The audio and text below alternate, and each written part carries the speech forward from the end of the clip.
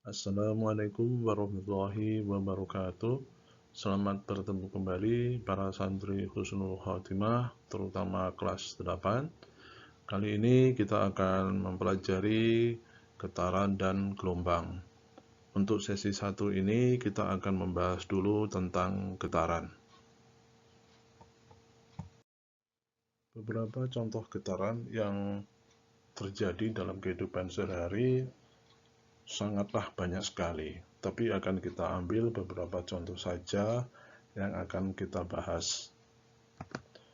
Beberapa contoh getaran misalnya pada mesin-mesin kendaraan, pada mesin-mesin peralatan industri, pada pesawat terbang, kapal laut, dan sebagainya. Setiap benda-benda yang bergerak pasti akan menghasilkan getaran. Kemudian getaran yang diakibatkan adanya gempa bumi. Kemudian ada lagi getaran yang menyebabkan terjadinya bunyi. Hal ini sangat berkebalikan. Jadi artinya bunyi ditimbulkan akibat adanya getaran. Tetapi bunyi juga bisa menghasilkan suatu getaran karena bunyi itu adalah energi. Kemudian ada lagi getaran kepakan sayap lebah pada burung dan sebagainya. Jadi kesimpulannya setiap benda yang bergerak, benda-benda yang dinamis pasti akan menghasilkan getaran. Lalu untuk apa kita mempelajari getaran?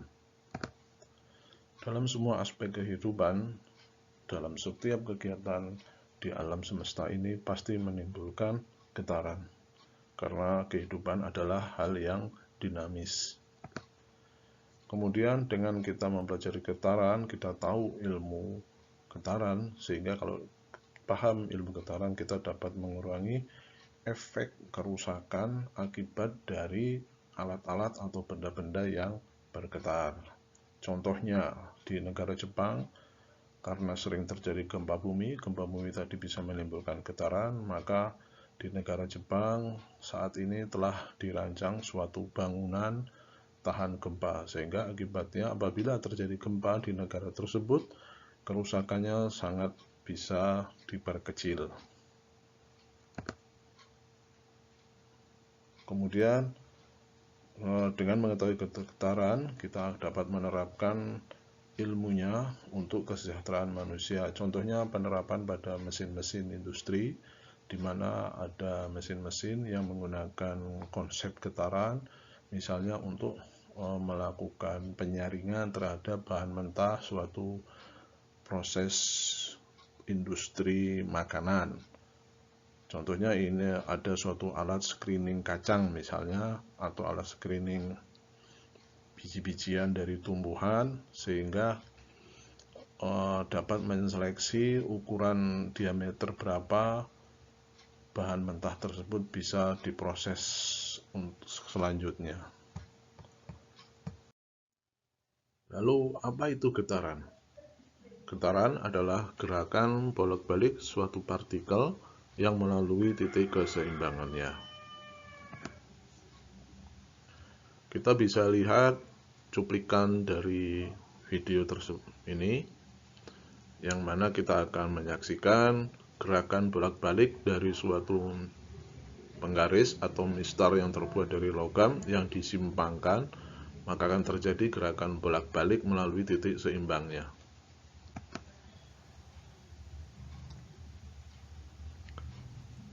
Titik keseimbangan akan ada di tengah-tengah pada waktu mistar tersebut sudah tidak bergerak lagi. Lalu kita akan mendefinisikan satu getar. Apa itu satu getar? Kita lihat di sini ada sebuah bandul yang akan kita simpangkan ke C atau ke titik A. Di B ini adalah titik keseimbangannya. Yang dinamakan satu getar adalah gerakan bolak-balik menuju titik awal semula. Itu namanya satu getar. Jadi satu getar adalah pergerakan pergi pulang partikel dari titik awal kembali lagi ke titik awal. Semisal kita mulai dari A, maka dia akan kembali lagi ke A. Ini dinamakan satu getar. Atau kalau dari B kita simpangkan ke A, B, A, B, C, B. Ini namanya satu getar. Atau dari B kita simpangkan ke C, B, C, B, A, B. Satu getar. Kalau kita mulai dari C, maka dia harus kembali lagi ke C. Itu baru namanya satu getar. C, B, A, B, C.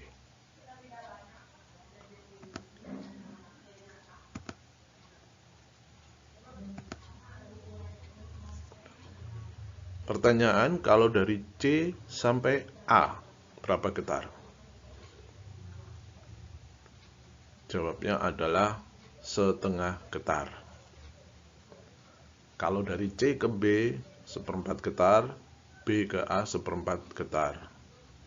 A ke B juga seperempat getar, B sampai C juga seperempat getar. Beberapa besaran pada getaran, pertama adalah amplitudo. Amplitudo ini bisa dikatakan simpangan dan mempunyai satuan meter. Simpangan itu dari B ke A, ini namanya simpangan atau amplitudo. Atau dari titik B ke titik C, ini namanya amplitudo. Jadi ada amplitudo kanan, ada amplitudo kiri. Atau kalau tadi getaran mistarnya pada posisinya horizontal, maka akan ada amplitudo positif dan amplitudo negatif. Besaran yang lain selain amplitudo, besaran pada getaran yang lain adalah frekuensi. Apa itu frekuensi? Frekuensi adalah banyaknya getaran dalam satu detik atau jumlah getaran per detik dengan satuan Hertz, disingkat dengan Hz. Rumusnya adalah frekuensi adalah jumlah getaran dibagi jumlah waktu. Yang mana F kecil ini adalah frekuensi, N-nya jumlah getaran, dan T kecil ini adalah jumlah waktunya. Jumlah waktu di sini dengan satuan sekon. Besaran yang lain adalah periode. Periode ini adalah kebalikan dari frekuensi. Jadi kalau frekuensi banyaknya getaran dalam satu detik, maka periode ini adalah jumlah waktu yang dibutuhkan untuk melakukan satu getar. Itu namanya periode. Satuan dari periode adalah sekon. Jadi rumusnya untuk menghitung periode yaitu T besar sama dengan T kecil dibagi N. Kebalikan dari frekuensi. N per T kalau frekuensi.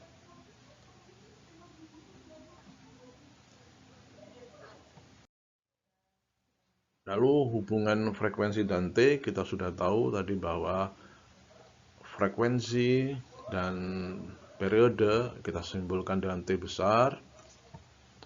Hubungannya adalah berkebalikan. Ini kita sudah paham sebelumnya rumus frekuensi seperti ini. Kalau periode kebalikannya, maka tadi sudah disimpulkan bahwa hubungan frekuensi dan periode adalah saling terbalik. Jadi kalau frekuensinya membesar, maka periodenya mengecil. Atau kalau frekuensinya mengecil, periodenya akan membesar. Berikut kita coba menghitung frekuensi dan periode pada contoh soal berikut.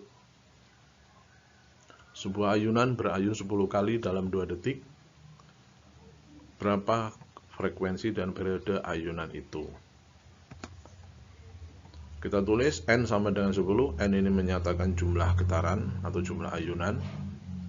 Jumlah ayunan tidak ada satuannya. Kemudian waktunya 2 sekon.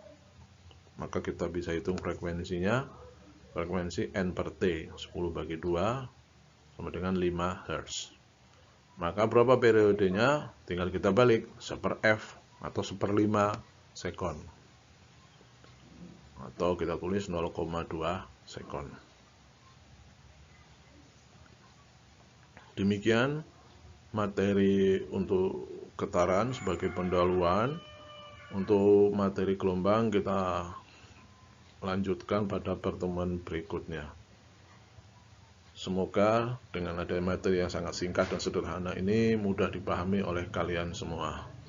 Wassalamualaikum warahmatullahi wabarakatuh.